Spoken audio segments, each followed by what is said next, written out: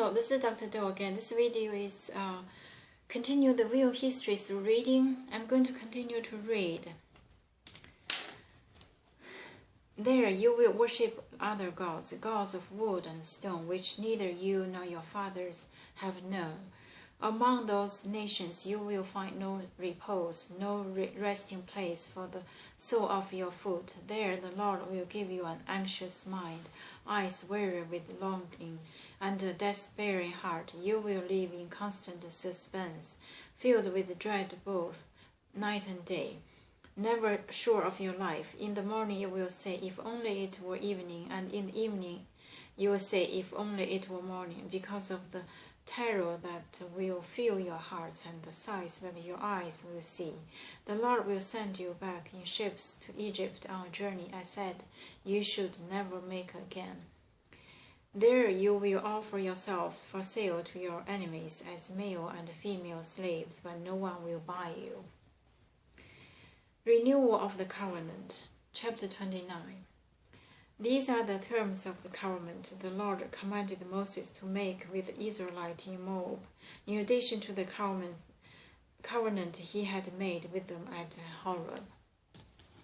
Moses summoned all the Israelites and said to them, Your eyes have seen all that the Lord did in Egypt to Pharaoh, to all his officials, and to all his land. With your own eyes you saw those great trials, those miraculous signs and great wonders. But to this day the Lord has not given you a mind that understands, or eyes that see, or ears that hear.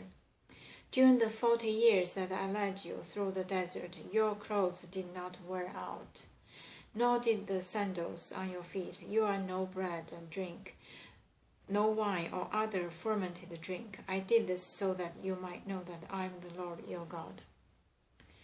When you reach this place, Sihon, king of Heshbon, and Og, king of Bashan, came out to fight against us, but we defeated them. We took their land and gave it to an inheritance to the Reubenites and Gadites and half tribe of Manasseh. Carefully follow the terms of this covenant so that you may prosper in everything you do. All of you are standing today in the presence of the Lord your God, your leaders and chief men, your elders and officials, and all the other men of Israel, together with your children and your wives, and the aliens living in your camps who chop your wood and carry your water. You are standing here in order to enter into a covenant with the Lord your God, a covenant the Lord is making with you this day, and sealing with an oath to confirm you this day as his people, that he may be your God, as he promised you and as he swore to your fathers, Abraham, Isaac, and Jacob. I am making this covenant with its oath, not only with you who are standing here with us today in the presence of the Lord our God, but also with those who are not here today. You yourself know how we lived in Egypt, how we passed through the countries on the way here. You saw among them their detestable images and idols of wood and stone or silver or gold. Make sure there is no man or woman, clan or tribe among you today whose heart turns away from the Lord our God to go and worship the gods of those nations. Make sure there is no root among you that produces such bitter poison. When such a person hears the words of his oath, then he invokes a blessing on himself and therefore thinks, I will be safe. 7. Even though I persist in going my own way, this will bring disaster on the watered land as well as the dry. The Lord will never be willing to forgive him. His wrath and zeal will burn against that man. All the curses written in his book will fall upon him, and the Lord will blot out his name from under heaven. The Lord will single him out from all the tribes of Israel for disaster, according to all the curses of the covenant written in this book of the law. Your children who follow you in later generations and foreigners who come from distant lands will see the calamities that have fallen on the land and the diseases with which the Lord hath afflicted. The whole land will be a burning waste of salt and sulfur, nothing planted, nothing sprouting, no vegetation growing on it.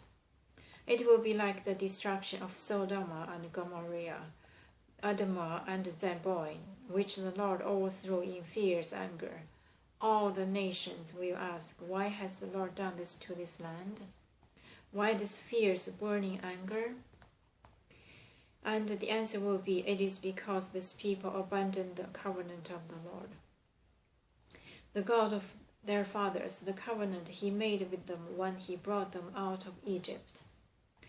They went off and worshipped other gods and bowed down to them. God they did not know, gods he had not given them.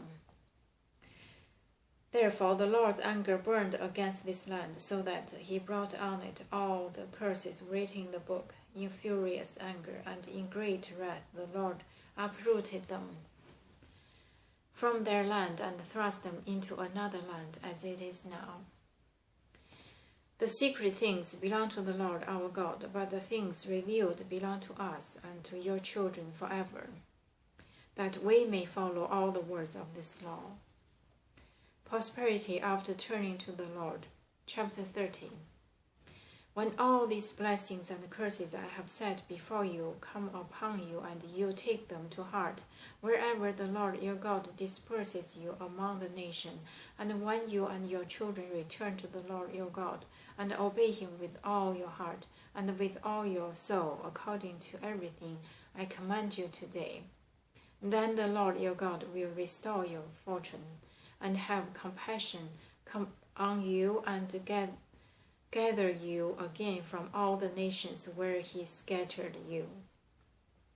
Even if you have been banished to the most distant land under the heavens, from there the Lord your God will gather you and bring you back. He will bring you to the land that belonged to your fathers, and you will take possession of it. He will make you more prosperous and numerous than your fathers. The Lord your God will circumcise your hearts and the hearts of your descendants, so that you may love him with all your heart and with all your soul, and live. The Lord your God will put all these curses on your enemies who hate and persecute you. You will again obey the Lord and follow all his commands I am giving you today. Then the Lord your God will make you most prosperous in all the work of your hands and in the fruit of your womb, the young of your livestock, the crops of your land. The Lord will again delight in you and make you prosperous, just as he delights in your fathers, if you obey the Lord your God and keep his commands and decrees that are written in this book of the law, and turn to the Lord your God with all your heart and with all your soul. I'm going to stop here today and continue next time. Thank you for watching.